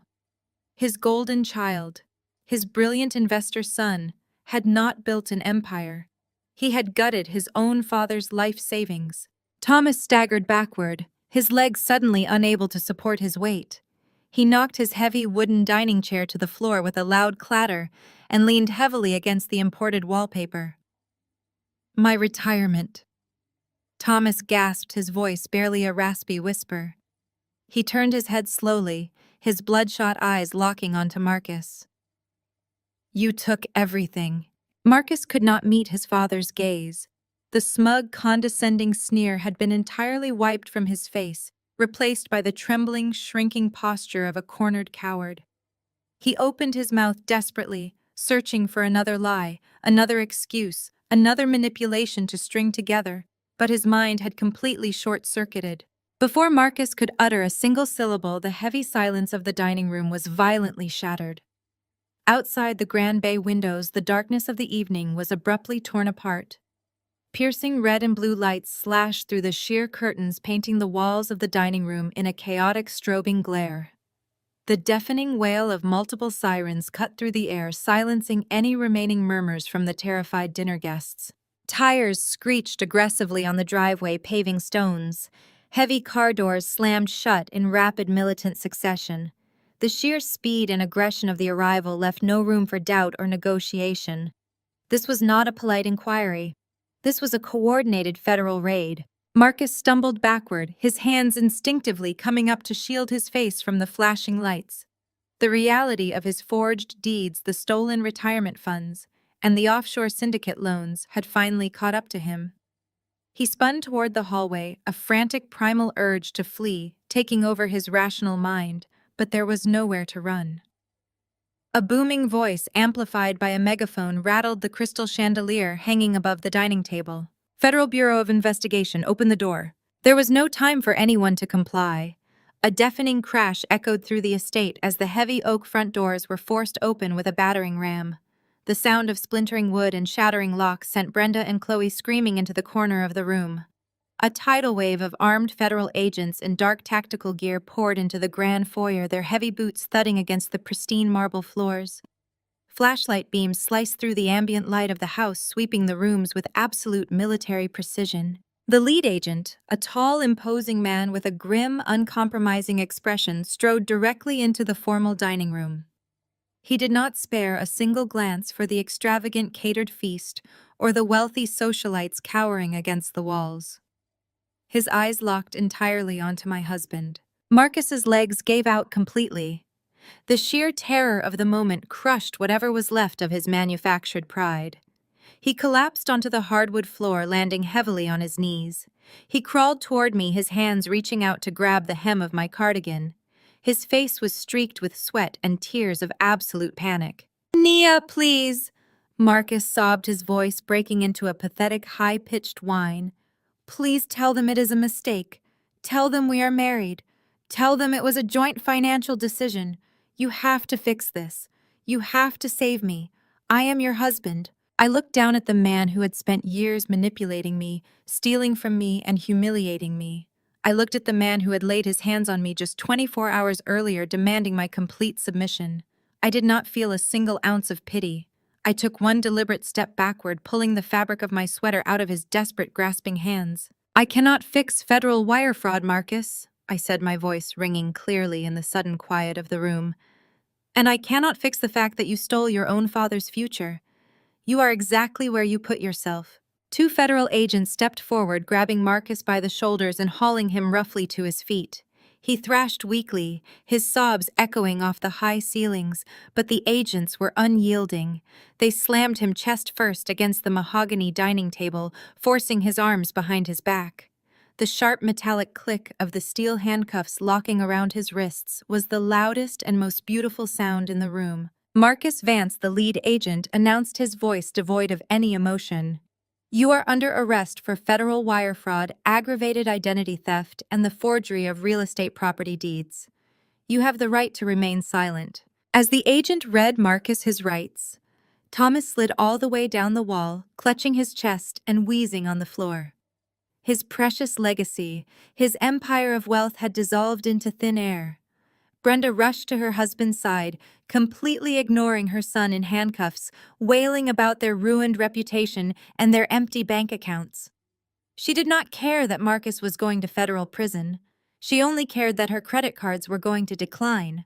The elite dinner guests Thomas had invited to flaunt his fake wealth were already edging toward the back exits. They grabbed their designer coats and scrambled toward the patio doors, desperate to flee the property and distance themselves from a federal crime scene. Chloe stood frozen near the kitchen island, her face pale and streaked with mascara, staring in absolute horror at the brother she had idolized. The facade of the untouchable Vance family had been entirely dismantled, stripped down to its rotting, fraudulent core. "Take him out," the lead agent commanded. The agents dragged Marcus toward the front door. He twisted his head back, his tear-streaked face contorted in absolute despair, looking for someone to blame, someone to save him. But his father was gasping for air on the floor, his mother was screaming about her lost country club status, and his sister was backing away from him in sheer terror. I stood tall beside my parents, my chin held high, watching him go. There were no more lies to spin, no more documents to forge, and no more victims to bleed dry. The trap had sprung with flawless precision. I followed them into the foyer and watched as the federal agents forced Marcus out through the shattered front doors. They pushed his head down as they loaded him into the back of a waiting transport vehicle. The flashing red and blue lights illuminated his terrified face one last time before the heavy metal door slammed shut, sealing his fate forever. The flashing red and blue lights illuminated his terrified face one last time before the heavy metal door slammed shut, sealing his fate forever. Inside the grand foyer, the oppressive silence was broken only by the heavy, rhythmic footsteps of federal agents systematically securing the perimeter. Thomas, Brenda, Chloe, and Andre stood frozen in the center of the marble floor. The reality of their total financial annihilation was finally sinking into their bones. Andre turned to his father, his hands shaking as he grabbed Thomas by the sleeve of his tailored suit. He demanded to know what the backup plan was. He asked which of their offshore accounts they could access, which vacation home they could retreat to, completely unable to process the magnitude of the disaster unfolding around them. Thomas did not even look at his son.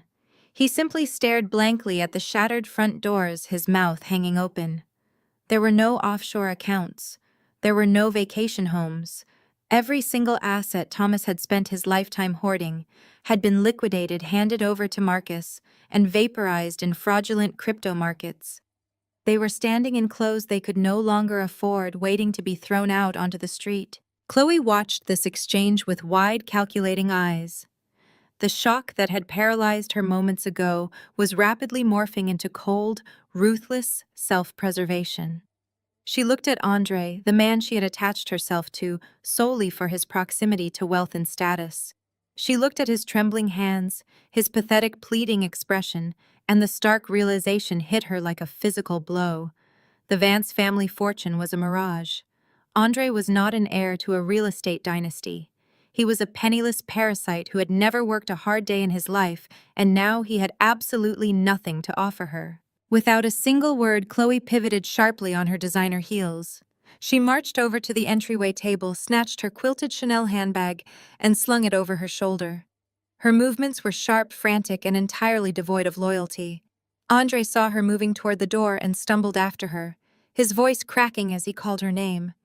He reached out to grab her arm, begging her to wait, telling her they needed to stick together and figure this out as a family. Chloe ripped her arm out of his grasp with such violent force that Andre stumbled backward. She looked him up and down, her lip curling into a sneer of pure disgust. She told him he was out of his mind if he thought she was going to spend the best years of her life living in a motel with a broke, unemployable fraud. She informed him that she had signed up for luxury, not for federal investigations and bankruptcy. She called him a pathetic, useless weight around her neck and told him to never contact her again. Andre fell to his knees on the marble floor, sobbing openly. He screamed her name, begging her not to leave him, but Chloe did not even glance back. She marched out the shattered front doors, her heels clicking rapidly against the stone porch as she practically sprinted down the driveway and disappeared into the dark, wealthy neighborhood she desperately wanted to belong to. Brenda watched the entire brutal exchange unfold. She watched her daughter-in-law abandon her son. She watched her husband staring vacantly into space, completely broken. The sheer compounding weight of the trauma was too much for her fragile, image-obsessed mind to bear. The sudden transition from high society elite to homeless pariah overloaded her nervous system. Brenda let out a short, high-pitched gasp. Her eyes rolled back into her head, and she collapsed, hitting the hard marble floor in a heap of expensive silk and ruined pride. Thomas let out a startled cry and dropped to his knees beside his wife, shaking her shoulders and slapping her cheeks in a frantic attempt to wake her up. Andre remained curled in a ball a few feet away, weeping uncontrollably over his shattered marriage. The scene was a chaotic masterpiece of absolute ruin. The mighty Vance family, who had spent the last week treating my home like a conquered territory, was now a weeping, unconscious mess on my foyer floor. The lead federal marshal stepped forward, entirely unfazed by the dramatic display. He checked his watch and announced that their 5-minute grace period had expired. He ordered his agents to clear the room. Two heavily armed officers hauled Andre to his feet by his armpits, marching the sobbing man out the front door and depositing him roughly onto the front steps. Thomas was forced to drag his semi-conscious wife up from the floor. He draped Brenda's heavy, limp arm over his shoulder, his face flushed with exertion and absolute humiliation. He did not look at me. He could not bring himself to meet the gaze of the woman he had so thoroughly underestimated and abused. They dragged themselves out of the house. I stood in the doorway, the cool night air rushing over my face, and watched them descend the stone steps. They had no luxury vehicles waiting. They had no driver to open their doors. They had to support each other as they hobbled down the long, winding driveway toward the main road. The red and blue lights of the remaining police cruisers cast long, distorted shadows behind them, highlighting the pathetic, shuffling nature of their exit. They walked out into the cold, completely stripped of their arrogance, their money, and their dignity. I watched until the darkness swallowed them completely. The heavy oak doors were pulled shut by the agents securing the perimeter of my estate. I turned back toward my parents, who were waiting for me in the kitchen, a genuine, radiant smile finally breaking across my face. The house was finally clean. The heavy, oppressive atmosphere that had choked the life out of my home for the past week was completely gone, replaced by a profound, breathing tranquility. I walked back into the heart of the estate, my footsteps echoing lightly against the polished hardwood floors.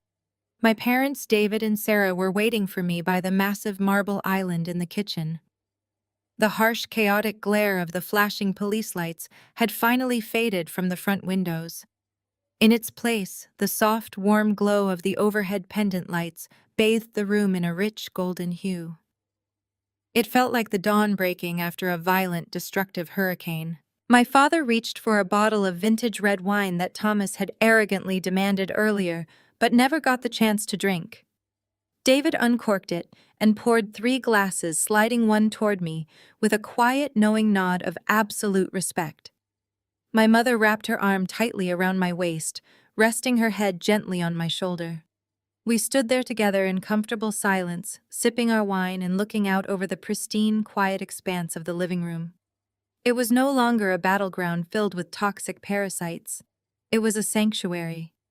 The home that my parents had worked 25 years to build, the legacy they had entrusted to me, was finally safe and entirely ours again. I set my crystal glass down on the smooth marble counter. I let my gaze slowly sweep across the room, taking in the serene perfection of the space we had defended. As I stood between the two people who had given me everything, I felt a sense of immense clarity and power radiate through my bones. I turned my attention forward, looking directly ahead, as if peering straight into a camera lens, addressing the vanished ghosts of the Vance family who had so foolishly underestimated me. A slow, sharp smirk curled the corner of my mouth. They genuinely believed they could just waltz in and steal the fruits of my parents' 25 years of relentless hard work. I said, my voice steady, confident, and vibrating with absolute authority. They looked at me and saw a quiet, accommodating woman. They thought that meant I was weak. They assumed I was just another easily manipulated target, a naive stepping stone ready to be bled dry to fund their pathetic, desperate delusions of grandeur. I leaned forward slightly, my eyes cold and unwavering. But in my world, there are consequences for arrogance. If you want to play a high-stakes game of identity forgery, financial fraud, and digital data theft, you really need to do your background research first, because you definitely picked the wrong director of cybersecurity. The warm, golden light of the kitchen seemed to linger for just a fraction of a second on that final, undeniable truth. Then the entire scene collapsed into absolute pitch-black darkness. The greatest lesson from this story is that true strength often lies in silence and meticulous preparation. Arrogance and greed blind toxic people to the reality of their actions, causing them to severely underestimate those they perceive as weak. Nia proved that you do not need to match cruelty with loud arguments. Instead, Letting undeniable facts and firm boundaries speak for themselves is the ultimate victory. Justice inevitably catches up with those who exploit others, while those who stand their ground reclaim their rightful power. Have you ever had to outsmart toxic people in your life? Share your story in the comments below.